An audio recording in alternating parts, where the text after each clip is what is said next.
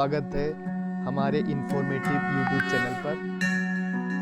आज हम इस वीडियो को आपको टीडीएस, जिसकी full form tax deducted at sources कहते हैं, और आजकल इस जो टीडीएस का मैसेज है वो सभी लोगों के मोबाइल पे आ रहा है।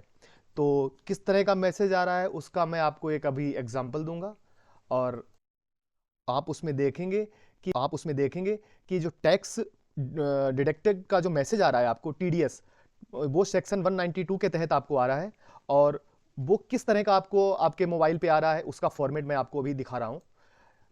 ये जो आपको मैसेज है वो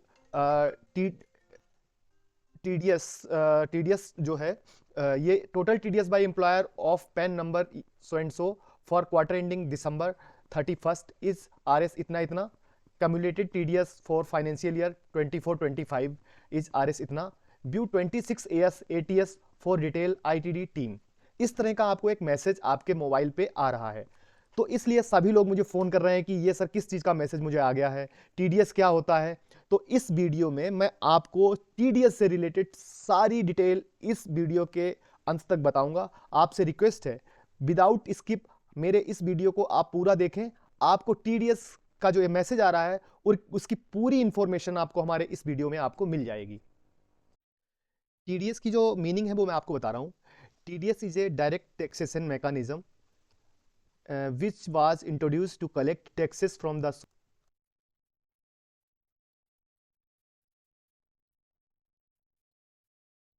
What is TDS and what is section 192? TDS is a direct taxation mechanism which was introduced to collect taxes from the sources of income itself or at the time of income payout. TDS full form is the tax deducted at sources. Under this mechanism, if a person deducted is liable to make payment to any other person, deductees will deduct tax at sources and transfer the balance to the deductees. The TDS amount deducted will be remitted to the central government. Deductee can check the tax deducted at sources. TDS amount in the form 26 years or TDS certificate issued by the deductor. TDS help is keeping a check on tax evasion. Not only this, it is the mechanism taxpayer is not required to pay a lump sum amount as a annual tax at the end of the financial year. तो इसमें जब आप अपने payment, जो आपको payment मिल, वो payment जो भी आपको, जो जहाँ पे आप सर्विस करते हैं, आप उसके एम्प्लॉई हैं, और जो आपका एम्प्लॉयर होता है जो आपको सैलरी देता है, वो आपको जो सैलरी पेमेंट करता है उससे पहले कुछ अमाउंट आपका एज ए टैक्स वो आपके सैलरी से डिडक्ट कर लेता है, और वो अमाउंट बाद में सीबीडीटी को वो भेजता है। तो ये जो अमाउंट है वो क्वार्टरली बेसिस पे सीबीडीटी को जाता है, और जब ये अमाउंट सीबीडीटी को रिसीव हो जाता है तब सीबीडीटी आपको एक मैसेज देता है कि आपका इतना टैक्स, मतलब टीडीएस मुझे रिसीव हो चुका है, और आपका क्वार्टर एंडिंग सो एंड सो तक इतना टैक्स जो है कम्युलेटेड टीडीएस का जो मतलब पूरा अमाउंट है वो कम्युलेटेड टीडीएस में आपको वहां पे दिखा देता है। तो अभी जो आप लोगों को एक मैसेज आ रहा है जिसका मैं अभी आपके साथ जिक्र कर रहा था, वो मैसेज आपको अभी तक जो टैक्स आपका 31 दिसंबर 2024 तक कट चुका है, वो आपको डिपार्टमेंट मतलब सीबीडीटी आपको इन्फॉर्म कर रहा है कि इतना टैक्स जो डिडक्ट होके आपका हमारे पास आ चुका है, और ये अमाउंट हमने ऑलरेडी 26 एएस में अपडेट कर दिया है। तो जो आप अपना आईटीआर फाइल करते हैं उसकी ऑनलाइन वेबसाइट पे एक 26 एएस फॉर्म होता है, वहां पर भी ये अमाउंट आपका अपडेट हो जाता है। अब मैं आपको 26 एएस और फॉर्म 16 का पूरा फॉर्मेट दिखाऊंगा, जिससे आपको क्वार्टरली वाइज समझ में आ जाएगा कि आपका टैक्स कब कब डिडक्ट होता है। और टीडीएस जो है, जो टीडीएस आपको दिखाता है, वो एक टैक्स का ही दूसरा नाम है। ठीक है,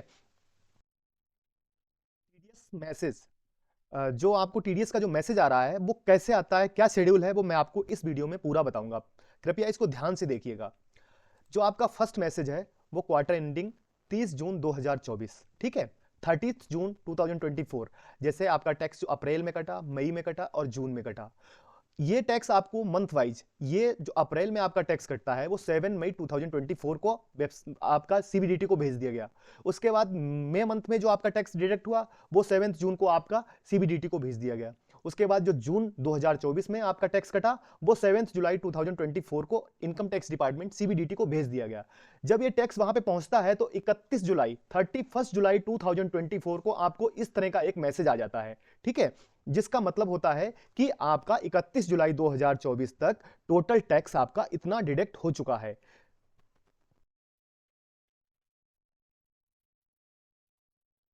उसके बाद आपको जो दूसरा मैसेज है वो कुछ इस टाइप से आता है, वो आपका 30 सितंबर 2024 तक का जो आपका डेटा है, मतलब क्वार्टरली सेकेंड क्वार्टर का जो पैसा है, जुलाई, अगस्त और सितंबर में जो आपका टैक्स कटता है वो यहाँ पे आपको 7 अगस्त, 7 सितंबर, 7 अक्टूबर का काउंट होके 31 अक्टूबर को आपको फिर से एक टीडीएस का मैसेज आ जाता है, जो कि आपको आ चुका है ऑलरेडी। मतलब मैं आपको यहाँ पे बता रहा हूँ कि ये एक मैसेज कब कब कब आपको आता है, ताकि आपको डिटेल में पता लग जाए। अभी आप लोग बार बार मुझे कॉल कर रहे हैं कि ये टीडीएस का मैसेज आ गया, पहले भी आप मुझे फोन करते थे, उस टाइम पे क्या था कि आप लोगों के टैक्स आ रहे थे, रिफंड आ रहे थे, तो आप लोगों से कंटिन्यू हमारी बात हो रही थी, तो मैं आपको इन्फॉर्म कर देता था। अभी थोड़ा मैं भी फ्री हूं, तो मैंने सोचा आपको इसके लिए एक डिटेल में वीडियो बना देता हूं, जिससे आप लोग भी परेशान ना हो और आपको फर्दर आगे ये चीज पता लग जाए कि टीडीएस होता क्या है। क्योंकि आप भी मुझे कॉल करते हैं, हो सकता है उस टाइम पे मैं आपकी कॉल नहीं अटेंड कर पाता हूं, बहुत सारे, जैसे आज मॉर्निंग से ही काफी लोगों को मुझे मैसेज, कॉल, व्हाट्सएप आ रहे हैं कि ये मैसेज किस चीज का है। तो मैं इसीलिए ये वीडियो बना रहा हूं, ताकि आप लोगों को टीडीएस की डिटेल में इंफॉर्मेशन मिल जाए और आप उसके बारे में सही तरीके से जान पाएं कि ये टीडीएस होता क्या है, ठीक है। तो इसमें मैंने अभी आपको 2 क्वार्टर का अपडेट कर दिया। नेक्स्ट जब आपको तीसरा मैसेज जो है वो अभी जो लेटेस्ट आया है, उसमें 31 दिसंबर 2024 जो आपका टैक्स अक्टूबर 24 में, नवंबर 24 में और दिसंबर 24 में कटा है, तो अक्टूबर वाला 7 नवंबर को इनकम टैक्स डिपार्टमेंट सीबीडीटी को भेजा जाता है, और जो नवंबर वाला टैक्स है वो 7 दिसंबर, और जो दिसंबर वाला टैक्स है वो 7 जनवरी तक इनकम टैक्स डिपार्टमेंट सीबीडीटी को भेज दिया जाता है। और उसके बाद 7 जनवरी के बाद 31 जनवरी 2025 तक थर्ड क्वार्टर का जो अमाउंट है, टीडीएस अमाउंट है, वो इनकम टैक्स डिपार्टमेंट सीबीडीटी आपको मैसेज के द्वारा इंफॉर्म करता है कि आपका टैक्स इतना कट चुका है। देखिए अभी यहां पे आपको कंफर्म हो रहा होगा, total TDS by employer of PAN number so and so for quarter ending December 31 is इतना, and cumulative TDS for financial 24-25 is इतना, ठीक है। अब मैं आपको 26 एएस में दिखाता हूं कि ये अमाउंट कैसे शो करता है, फिर मैं आपको फोर्थ क्वार्टर का भी डिटेल दूंगा, और वो फोर्थ क्वार्टर का टीडीएस होगा वो भी आपके 26 एएस में जब अपडेट हो जाएगा, और आपको जो नेक्स्ट मैसेज है टीडीएस का वो भी आ जाएगा, तभी आप अपना टीडीएस फाइल कर सकते हैं। तो अभी मैं आपको जो आपका दिसंबर तक टीडीएस कट चुका है, मतलब टैक्स कट चुका है, और जिसका आपको ये मैसेज आ चुका है, ठीक है, ये जो आपको मैसेज आ चुका है, इसी के लिए हम आपको अब डिटेल में बता रहे हैं कि देखिए 26 एएस इसका मतलब क्या होता है, 26 एएस होता क्या है। 26 एएस एक फॉर्म 16 का पार्ट बी होता है, जिसमें आपका क्वार्टर वाइज टैक्स अपडेट होता रहता है, ठीक है। तो जो टैक्स आपका क्वार्टर वाइज वहां अपडेट होता है, और जब अपडेट हो जाता है तभी आपको इस तरह का एक मैसेज आता है आईटीडी सीपीसी की तरफ से कि आपको टैक्स जो है हमारे पास रिसीव हो गया है, और हमने उसको 26 एएस में अपडेट कर दिया है, आप अपना 26 एएस में जाके चेक कर लीजिए। जो आपको मैसेज आया है टोटल टीडीएस का, तो इसके लिए अब आपका 26 एएस कैसा दिखता है, और वहां पे ये अमाउंट क्या एक्यूरेट इतना ही अपडेट है कि नहीं है, वो मैं आपको भी दिखा देता हूं। देखिए अब हम 26 एएस पे जाते हैं, ठीक है, ये है हमारा 26 एएस, यहाँ पे हम गए, हमने ओपन किया। अब देखिए 26 एएस यहाँ पे है। अब 26 एएस में देखिए 18,390 इतना ही अपडेट है ना, जैसा कि हम यहाँ देख रहे थे 18,390। तो हमारा जो 26 एएस है उसमें भी इतना ही सेम अमाउंट हमारे उस पर अपडेट मिलेगा आपको, ठीक है। तो इसीलिए हम लोगों को 26 एएस देखने के लिए डिपार्टमेंट बार बार इंटीमेट करता है। तो जो हमारा अमाउंट है वो देखिए 18,319 यहाँ पे हमारे फॉर्म 26 एएस में अपडेट हो चुका है, और यहाँ पे जो नेम ऑफ द डिडक्टर जिसने हमारा टैक्स काटा है उसका नाम यहाँ पे होता है, उसका टैन नंबर होता है यहाँ पे, और अब तक हमने कितना अमाउंट एज अ सैलरी यहाँ पे ले लिया है, वो ये अमाउंट यहाँ पे, ये टोटल ग्रॉस सैलरी जो है ये हमारी यहाँ पे शो करती है, ठीक है।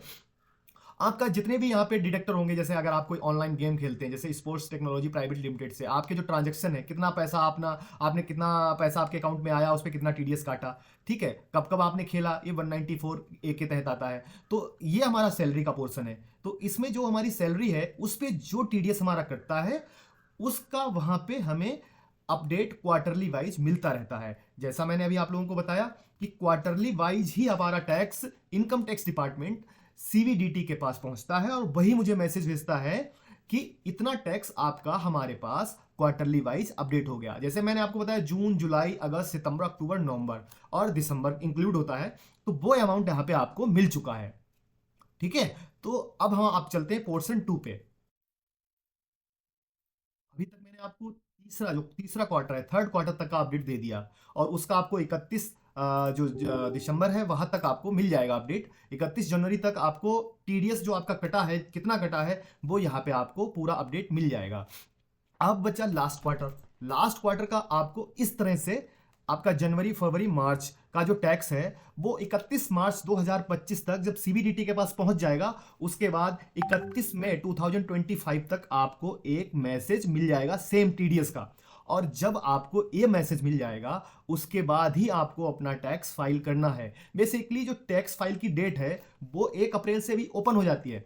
बट क्या है, देखिए आप ही कहिए, लोग कहने लगते हैं कि सभी लोग बोलने लगते हैं, फोन करने लगते हैं कि मेरा टैक्स फाइल कर दीजिए। अब आप बताइए, जब आपका 31 मार्च तक आपका टीडीएस वेबसाइट से कट के जाएगा तो आपका जब 31 मई 2025 तक अपडेट होगा, और आप अगर अपने टैक्स को बिफोर 31 मई अगर आप फाइल कर देते हैं तो वहां पे आपको नोटिस आ जाता है।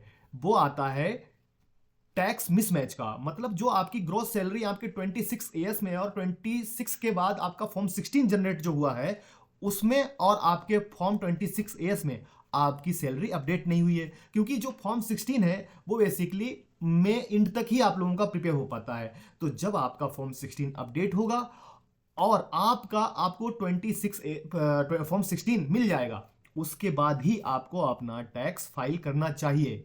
ये एज पर रेगुलेशन है। और अगर आप उससे पहले करते हैं टैक्स तो आपका फाइल हो जाएगा, लेकिन आपकी ग्रॉस सैलरी वेबसाइट पे अपडेट ही नहीं होगी।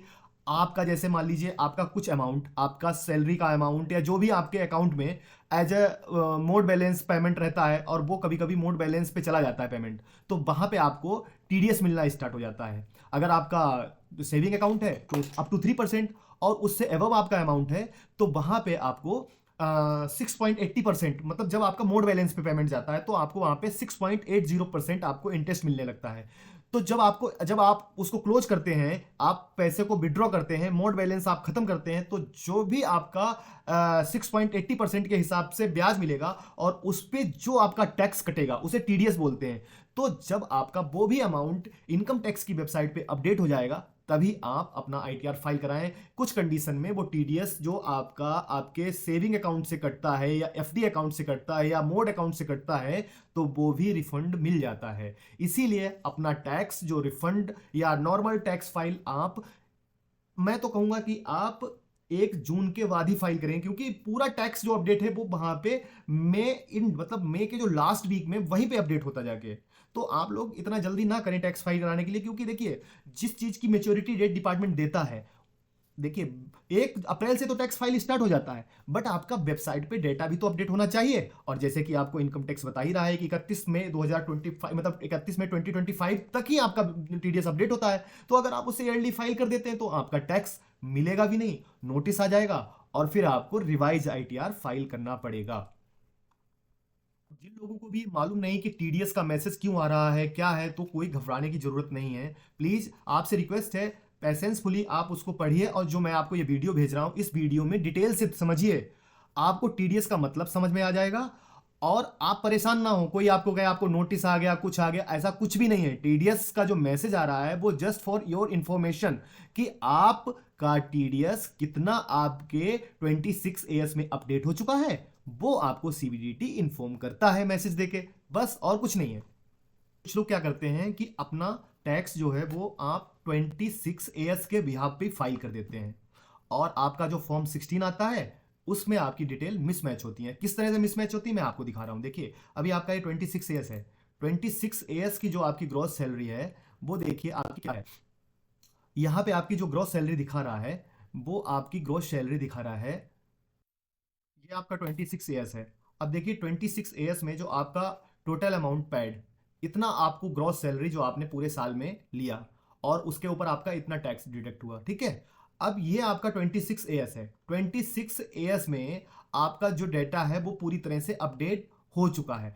पर आपके फॉर्म 16 में आपका डेटा अभी अपडेट नहीं हुआ है। दिखा देता हूं आपको। अब देखिए, आपके फॉर्म 16 में जो आपकी ग्रॉस सैलरी है वो कुछ इस तरह से आ रही है, 9,64,153, और वहां पे आपकी जो ग्रॉस सैलरी है वो 9,74,000 दिखा रहा था। तो देखिए यहाँ पे 54 है, वहां पे 74, तो दोनों मिसमैच हो गए। और जैसे ही आपका दोनों डेटा मिसमैच होता है, आपको एक नोटिस आ जाता है। वो नोटिस किस तरह का आता है वो मैं आपको दिखा देता हूँ।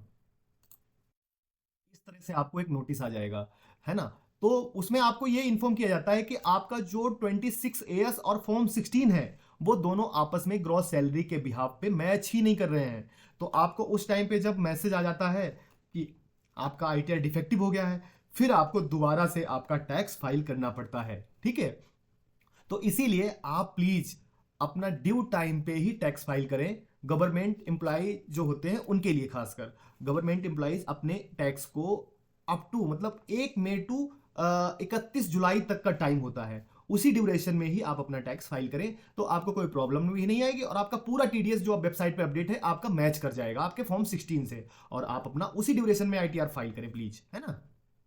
अभी टीडीएस का क्या फुल फॉर्म होता है वो मैंने आपको बताया था। भारतीय आयकर अधिनियम 1961 के तहत स्रोतों पर कटौती भारत में आयकर एकत्र करने का एक साधन है। इन प्रावधानों के तहत आने वाले किसी भी भुगतान का भुगतान निर्धारित प्रतिशत दर पर कटौती के बाद किया जाएगा। मतलब जो सैलरी आपको मिलेगी उस सैलरी में से जो आपका टैक्स बन रहा होगा वो इनकम टैक्स डिपार्टमेंट काट लेगा, या आपका जो एम्प्लॉई होगा, जो आपका एम्प्लॉयर होगा, जो आपको सैलरी दे रहा होगा, वो आपका टीडीएस काट लेगा। और ये टीडीएस काट के इनकम टैक्स डिपार्टमेंट को भेजेगा और वहां पे क्वार्टरली वाइज आपको टीडीएस का मैसेज आ जाएगा कि आपका क्वार्टरली वाइज अप टू दिसंबर तक इतना टैक्स आपको कट चुका है।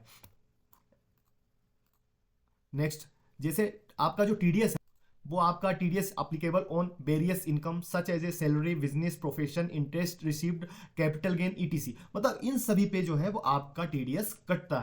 अभी टीडीएस का अर्थ पूरा मैंने आपको, टीडीएस एक डायरेक्ट टैक्सेशन का तरीका है जिसकी शुरुआत इनकम सोर्स, आय के स्रोतों से इनकम पे आउट की समय से ही टैक्स को एकत्रित करने के लिए की गई टीडीएस को टीडीएस कहते हैं। ठीक है, और टीडीएस किस तरह से काटा जाता है, देखिए टीडीएस का अर्थ बेहतर तरीके से समझने के लिए आइए एक उदाहरण लेते हैं। यदि भुगतान का स्वरूप प्रोफेशनल फीस, पेशेवर शुल्क है और निर्धारित टैक्स 10% है, तो श्री एक्स को प्रोफेशनल फीस के रूप में 20,000 का भुगतान करने के लिए एबीसी लिमिटेड को 2,000 का डिडक्शन करना होगा और ₹18,000 का नेट पेमेंट, जैसे आपकी जो पेमेंट है, जितनी आपकी सैलरी बन रही है आफ्टर डिडक्शन ऑफ टैक्स, वो आपके अकाउंट को भेज दी जाएगी। और जो 2,000 रुपए की राशि है वो सरकार के खाते में जमा कर दी जाती है। और जब वो 2,000 करके, मैं आपको एग्जांपल दे रहा हूं, और 2,000 जैसे एक क्वार्टर का, फिर एक क्वार्टर का, फिर एक क्वार्टर का, फिर एक क्वार्टर का, जब 4 क्वार्टर का पैसा इनकम टैक्स डिपार्टमेंट के पास आ जाता है, तब आपका जो एम्प्लॉयर है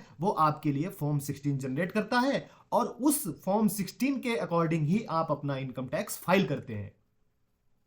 ये जो टीडीएस का जो भुगतान है, कुछ डिटेल्स इस प्रकार हैं, जैसे अप्रैल, मई, जून, जुलाई, अगस्त, सितंबर, अक्टूबर, नवंबर, दिसंबर, जनवरी, फरवरी, मार्च। ये डेट वाइज आपको मैंने यहाँ पे डेटा दिया है कि इस डेट में आप अपने टीडीएस को, अगर आपकी सैलरी से टीडीएस नहीं कट रहा है तो आप अपना टीडीएस जाके भी जमा कर सकते हैं इनकम टैक्स डिपार्टमेंट के पास में। और अगर आपका एम्प्लॉयर आपका टैक्स काट ही रहा है तो आपको कहीं जाने की जरूरत नहीं, वो तो आपको message income tax department CBDT आपको हर बार मैसेज क्वार्टरली वाइज दे ही रहा है कि आपका इतना टैक्स कट चुका है, तो आपको कुछ करने की जरूरत ही नहीं है। ये उन लोगों के लिए है जिनका एडवांस टैक्स नहीं कटता है और उन लोगों को टैक्स खुद से जाके ही इनकम टैक्स डिपार्टमेंट के पास जमा करना होता है। और ज्यादातर वो कर्मचारी होते हैं जिनकी सैलरी ट्रेजरी से मिलती है। ठीक है, ये जो है TDS message time schedule on 1 जून 2024 के बाद जितने आते रहते हैं वो ये उसका टाइम शेड्यूल है। ठीक है, तो और जो टैक्स के स्लेब हैं अभी, वो टैक्स स्लेब भी मैंने आपको यहाँ पे दिखा दिए हैं। इस तरह से आपका काफ़ी धाराएं हैं। जो टीडीएस है वो कई एक मदों में आपका टैक्स काटा जाता है, जिसमें कि आपका कुछ, वो किसी ने अगर ड्रीम 11 या माई 11 सर्किल या लूडो या इस तरह के कई ऑनलाइन गेम्स हैं, उन पे अगर आप अपना टैक्स, अपना लॉटरी विन करते हैं तो वहां पे जो आपको अमाउंट मिलेगा उस पे जो आपका टैक्स कट जाता है 30%, उस पे आपका टीडीएस कटता है। और जब आप उस अमाउंट को विड्रॉ करते हैं तो उस विड्रॉल के टाइम पे ही आपका वो अमाउंट आपके मूल अमाउंट से कट जाता है, मतलब टोटल अमाउंट से 30% टैक्स आपका विड्रॉ करते टाइम पे डिडक्ट हो जाता है।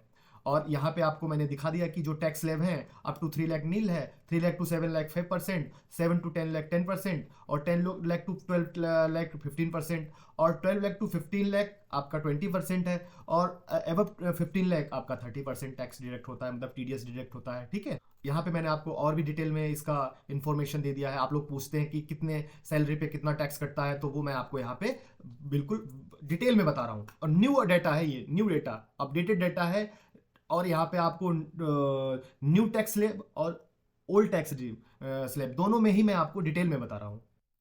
जो ड्रीम 11 अभी मैंने आपको बताया था ITR filing for online gaming, ठीक है, रमी सर्किल और ड्रीम 11 एमपीएल माई सर्किल, इनसे जो आपका टैक्स कटता है वो भी 26 एएस में ही अपडेट होता है, और वो बेसिकली आपके फॉर्म 16 में अपडेट नहीं होता है। ये अमाउंट आपको, क्योंकि देखिए आप लोगों को मैसेज आ जाता है कि आपका आईटीआर फाइल जो किया है वो डिफेक्टिव हो गया, तो डिफेक्टिव होने का रीजन क्या रहता है? आपका फॉर्म 16 है, आपको फॉर्म 16 आपका एम्प्लॉयर देता है। अब जब एम्प्लॉयर आपका फॉर्म 16 देता है और आप ऑनलाइन गेम खेलते हैं, तो इसकी डिटेल फॉर्म 16 में तो होती नहीं है, और जब नहीं होती है तो आप आईटीआर 1 फाइल कर देते हैं, क्योंकि सैलरी पर्सन जो है वो आईटीआर 1 फाइल करता है, और जो अदर सोर्स ऑफ इनकम होती हैं वो आईटीआर 2 में फाइल की जाती हैं, और आप आईटीआर 1 फाइल किए होते हैं तो आपको एक डिफेक्टिव का नोटिस आ जाता है, और उस कंडीशन में आपको आईटीआर 2 फाइल करना होता है। आईटीआर 2 इसलिए फाइल करना होता है कि अदर सोर्स ऑफ इनकम जो है वो आईटीआर 2 में दिखाई जाती है, जैसे आपका क्रिप्टो करेंसी से इनकम हो गया, या आपका लॉटरी विन से इनकम हो गया, ये सारी जो इनकम है वो आप आईटीआर 2 में करते हैं, और आईटीआर 2 ही एक सही फॉर्मेट है अदर सोर्स ऑफ इनकम के लिए। अब देखिए यहाँ पे मैंने आपको बताया था कि आपका जो लॉटरी विन या अदर सोर्स ऑफ इनकम से जो टैक्स आपका कटता है वो आपका 30% कटता है। ठीक है, ये जो धारा है 194 BA, कोई भी व्यक्ति जो वित्तीय वर्ष के दौरान ऑनलाइन जो गेम के माध्यम से जीतने वाले व्यक्ति को कोई भी राशि देने के लिए प्रभारी जिम्मेदार है, वह आयकर अधिनियम 1961 के तहत या तो निकाली गई राशि के दौरान या वित्तीय वर्ष के अंत में शुद्ध जीत पर टीडीएस काटने के लिए उत्तरदायी है। जैसे कि आप जिस भी फर्म से अपना ऑनलाइन गेम खेलते हैं और वहां से जो आप लॉटरी विन करते हैं, तो वहां पे जो आपका विनिंग अमाउंट है, उसको जब आप विड्रॉ करते हैं तो उस टाइम पे आपका जो फर्म है जिससे आपने ऑनलाइन गेम खेला है, वो आपका निकाली गई राशि पे 30% टैक्स डिडक्ट कर लेता है। इसमें देखिए मैंने आपको स्पष्ट कर दिया है, ए एक उपयोगकर्ता द्वारा निकाली गई राशि होती है जो कि आप स्वयं होते हैं, और बी उपभोगकर्ता द्वारा की गई गैर कर योग्य जमा की कुल राशि होती है। ठीक है, और वित्तीय वर्ष के दौरान निकासी के समय तक सी उपयोगकर्ता द्वारा किया गया प्रारंभिक जमा। यह धारा 1 जुलाई 2023 से लागू होती है। गणना का तरीका नियम 133 के तहत दिया गया है। अन्य स्पष्टीकरण जो है, किसी भी व्यक्ति का अर्थ है जीत का भुगतान करने वाला या ऑनलाइन गेम का माध्यम जिससे आप गेम खेलते हैं, और नंबर 2 में है ऑनलाइन गेम खेलने वाला व्यक्ति उपयोग करता है और उसे भुगतान आदि करने के लिए उपयोगकर्ता खाता नामक अलग पहचान दी जाती है, जो कि 194 BA के तहत आती है। यहाँ पे ऑनलाइन गेम जो है वो 194 BA के तहत संशोधन का कारण ये आपका जुलाई 24 से ही इम्प्लीमेंट हुआ है। इसमें कोई भी खेल जिसे उपयोगकर्ता द्वारा इंटरनेट के माध्यम से एक्सेस किया जा सकता है, जिसमें खेलने के लिए वास्तविक धन या मुद्रा शामिल होती है, और खेल जीतने पर उपयोगकर्ता द्वारा उसे निकालने की अनुमति होती है, जिसे जैसे कि रमी सर्किल, ड्रीम 11, माई 11 सर्किल, लूडो, इस तरह की जितनी भी ऑनलाइन गेमिंग प्लेटफॉर्म है, वहां पे जो आप ऑनलाइन गेम खेलते हैं, उस विनिंग अमाउंट को जो आप निकालते हैं उस पे 30% टैक्स या टीडीएस कट जाता है। अब हम आपको दिखाएंगे कि ये जो आप ऑनलाइन गेम खेलते हैं, ये आपका 26 एएस में किस तरह से शो होता है, वो मैं आपको यहाँ पे दिखा रहा हूँ। जब आपका जो ऑनलाइन गेम है, और वो आप जब किसी भी स्पोर्ट्स टेक्नोलॉजी प्राइवेट लिमिटेड से आपने जैसे ऑनलाइन गेम खेला, और वहाँ पे जो आपने 4 रुपए का विन किया, 4 रुपीज आपने विन किए, वहाँ पे 1 रुपए 20 पैसे आपके टीडीएस के रूप में डिडक्ट हो गए और इनकम टैक्स डिपार्टमेंट के पास चले गए। अब देखिए ये अमाउंट जो होता है वो 26 एएस में ही अपडेट होता है, और ये अमाउंट आपका कहीं भी अपडेट नहीं होता है। और इसी तरह से जो 194A है, स्टेट बैंक ऑफ इंडिया में जो आप अपना जैसे कि आपका कोई amount as a fix deposit है, तो वहाँ पे जब आपका ट्रांजैक्शन होता है, जब आपका क्वार्टरली वाइज आपको टीडीएस कैलकुलेट होता है, टैक्स कैलकुलेट होता है, तो वो कैलकुलेट होता है जो आपको वहाँ पे इंटरेस्ट मिलता है, उसके बिहाफ पे आपका टीडीएस कैलकुलेट होता है और वो टीडीएस आपका इनकम टैक्स डिपार्टमेंट सीबीडीटी को भेज दिया जाता है। लेकिन ये डिटेल्स आपको फॉर्म 16 में कहीं भी देखने को नहीं मिलती हैं। अब मैंने आपको जो 194 बी दिखाया, 194 बी जो है वो एक डिजिटल करेंसी होती है। 194 में जैसे स्पोर्ट्स टेक्नोलॉजी प्राइवेट लिमिटेड में आता है 194 BA, तो उसमें 19 जून 2023 को जो आपका ट्रांजैक्शन हुआ है, वो सारे ट्रांजैक्शन आपने जिस जिस मंथ में जो भी वहाँ पे गेम खेला, ऑनलाइन गेम खेला, जो आपको देखिए ये अमाउंट है, ये आपका मतलब आप वहाँ पे आप विन नहीं, आपका वहाँ पे लॉस हो गया, तो वहाँ पे जब लॉस हो गया तो आपका इतना टीडीएस कटा, इतना आपका अकाउंट से कटा, तो उस पर इतना % आपका आपके अकाउंट से पैसा एज ए टीडीएस डिपॉजिट हो गया। और जब आप विन हुए तो आपका यहाँ पे जैसे 1333 रुपीज़ आपने विन किया, तो उस पर आपका 399 रुपीज़ आपका टीडीएस काट लिया। जब आपने विड्रॉ किया अमाउंट, तो आपका यहाँ पे विड्रॉल के टाइम पे आपके अकाउंट से इतना टीडीएस उन्होंने काट लिया। एक होता है section 194S, TDS on payment on transfer of virtual digital assist, जिसे हम क्रिप्टो करेंसी या वजीर एक्स, जिसपे भी आप ऑनलाइन जैसे कि क्रिप्टो ट्रांजैक्शन करते हैं, उसके ट्रांजैक्शन पे जो आपका टीडीएस कटता है वो आपका 194S में काउंट होता है। और इस कंडीशन में भी सबसे इंपॉर्टेंट पॉइंट है, आपको ITR 2 ही फाइल करना होता है, ITR 1 फाइल नहीं होता है। इसीलिए आप लोगों से रिक्वेस्ट है, जो सैलरी पर्सन है, आप लोग अपना 26AS के अकॉर्डिंग ही हमेशा टैक्स फाइल करें, क्योंकि फॉर्म 16 से आपका 26AS मिसमैच हो जाएगा और आपको नोटिस आ जाएगा, क्योंकि आपके फॉर्म 16 में सिर्फ आपकी सैलरी की ही डिटेल होती है, 26AS में आपके ऑल ट्रांजैक्शन की डिटेल होती हैं, जैसे आपकी जो डिजिटल करेंसी हो गई, या आपका लॉटरी विन हो गया, या आपका जो भी आपको टीडीएस एज ए इंटरेस्ट मिलता है बैंक से, वो भी यही कैलकुलेट होता है। तो ये सारी डिटेलें आपको 26AS में ही मिलती हैं, फॉर्म 16 में नहीं होती हैं। और आपका 26AS जो है, मैंने आपको बताया था कि 31 मई के बाद ही अपडेट होता है, इसीलिए आप लोग वेट करें और सही समय आने पर ही अपना ITR फाइल करें, जिससे कि आपको नोटिस भी ना आए और आपकी ग्रॉस सैलरी आपके 26AS से मैच हो जाए। अब देखिए, मैंने आपको अभी डिजिटल करेंसी के बारे में बताया, ठीक है। अब मैं आपको दिखाता हूं कि किस तरह से डिजिटल करेंसी आपके 26AS में अपडेट होती है। जैसे ये जो bit chip lab private limited है, यहां पे जो आपने डिजिटल करेंसी का लेन देन किया, उस पे आपकी जो ग्रॉस इनकम हुई, उस पे आपका टीडीएस काट दिया, ठीक है। तो ये सब चीजें आपकी सिर्फ और सिर्फ 26AS में ही अपडेट होती हैं, फॉर्म 16 में अपडेट नहीं होती हैं, क्योंकि ये डेटा आपके एम्प्लॉय के पास कैसे पहुंचेगा, एम्प्लॉयर के पास तो आपकी सैलरी का ही डेटा होता है। इसीलिए आप लोग जब भी कोई ऑनलाइन गेम या डिजिटल करेंसी का ट्रांजैक्शन करते हैं, तो आपको अपना ITR 26AS के अकॉर्डिंग फाइल करना चाहिए, और उस कंडीशन में आप अदर सोर्स ऑफ इनकम का जो ITR है, वो ITR 2 ही फाइल करना चाहिए। जैसे कि आप कोई शेयर मार्केट में इन्वेस्टमेंट करते हैं, वहां आपका शॉर्ट पोजीशन है, लॉन्ग पोजीशन है, शॉर्ट टर्म कैपिटल गेन है, या आपका लॉन्ग टर्म कैपिटल गेन है, या आपका म्यूचुअल फंड से इनकम है, तो ये सारी डिटेलें आपको आपके ITR 2 में ही डालनी होती हैं, और ये ही आपको रिकमेंडेड होता है कि आप ITR 2 इस कंडीशन में फाइल। यहां पे मैंने आपको और भी डिटेल में बताया कि देखिए किस तरह से आपका यहां पे डिजिटल करेंसी का डेटा अपडेट होता है, मंथ वाइज डेटा यहां पे अपडेट हो जाता है, और वही आपके 26AS में भी अपडेट होता है, और वो अमाउंट भी कैलकुलेट होके।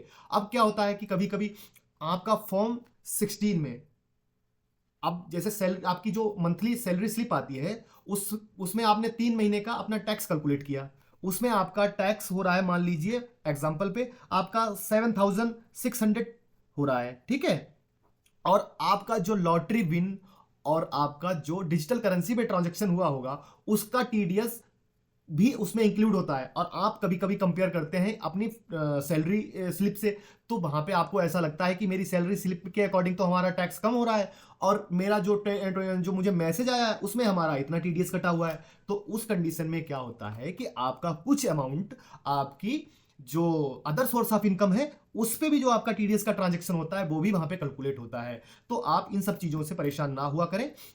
और जो भी क्वेरी है आप मुझे इस वीडियो के जहां पे आपको नीचे आप जाएंगे वहां पे आपको कमेंट बॉक्स में आप मुझे लिख दें कि हमारे ये समझ में नहीं आ रहा, तो मैं आपको वहां पे डिटेल में मैसेज कर दूंगा और कोशिश करूंगा कि आपको उसका भी एक वीडियो मैं प्रोवाइड करा दूं ताकि आपको इस चीज से रिलेटेड कोई भी प्रॉब्लम फेस करनी ना पड़े। मैंने आपको आयकर अधिनियम की धारा 194S जो डिजिटल करेंसी पे टीडीएस का डिडक्शन होता है उसके बारे में मैं यहाँ पे आपको डिटेल में बता रहा हूँ। ये भी आप वीडियो में पढ़ लीजिएगा क्योंकि वीडियो बहुत लंबी हो जाएगी, हो सकता है आप लोग ना देख पाए, इसलिए मैं आपको यहाँ पे डिटेल में बता देता हूँ कि ये जो आपका टीडीएस 194S के तहत कटता है वो क्या होता है। मैंने आपको यहाँ पे सारा जो डिटेल है टीडीएस के बारे में बता दिया है और इसके बाद भी अगर आपको कोई प्रॉब्लम आती है तो आप मुझे कमेंट बॉक्स में जरूर कमेंट करिएगा। और अगर आपको ये मेरा वीडियो हेल्पफुल लगा तो प्लीज लाइक और सब्सक्राइब जरूर करिएगा क्योंकि आप लोगों को जो मैं इंफॉर्मेटिव वीडियो अभी तक दिया हूं उसमें बहुत सारे लाइक कमेंट्स और सब्सक्रिप्शन मतलब सब्सक्राइब मेरा चैनल हुआ है बहुत ज़्यादा, मतलब मोर देन 200 हमारा वहाँ पे सब्सक्राइबर्स वो होने लगे हैं। तो मतलब ये ठीक भी है कि आप लोग मेरे वीडियो को लाइक कर रहे हैं और मेरा वीडियो बनाने का पर्पज सिर्फ यही है कि मैं कॉल या मैसेज पे, क्योंकि बहुत सारे कॉल और मैसेज आ जाते हैं जिनका मैं रिप्लाई आपको टाइम पे नहीं दे पाता हूं। तो नहीं दे पाता हूं कारण यह है कि बहुत सारे लोगों के जैसे आपको कोई मैसेज आता है आपके बहुत सारे मैसेज कॉल व्हाट्सएप मुझे आने लगते हैं। तो उस कंडीशन में क्या होता है कि मैं इन सब चीज़ों का रिप्लाई आपको टाइमली नहीं दे पाता हूं। तो आप लोग भी ये सोचते होंगे कि सर कॉल अटेंड नहीं कर रहे। तो कॉल ना अटेंड करने का सबसे बड़ा कारण ये रहता है कि या तो मेरा नंबर आपको ज़्यादातर बिजी मिलेगा और जब बिजी जा रहा होता है तो आपका हो सकता है आपका कॉल डिटेक्ट हुआ, वहां पे कॉल ड्रॉप हुआ, तब तक दूसरा कॉल आ गया, मैं उनसे बात करने लगा, फिर जब तक उनका कटा तो किसी और का आ गया, मैंने उनका कॉल अटेंड कर लिया और इस कंडीशन में आपसे बात हमारी नहीं हो पाती है। तो मैंने इसीलिए ये टीडीएस का एक डिटेल में वीडियो बना दिया जिससे कि आपके सारे पॉइंट यहीं पे कंफर्म हो जाए। Thank you all of you.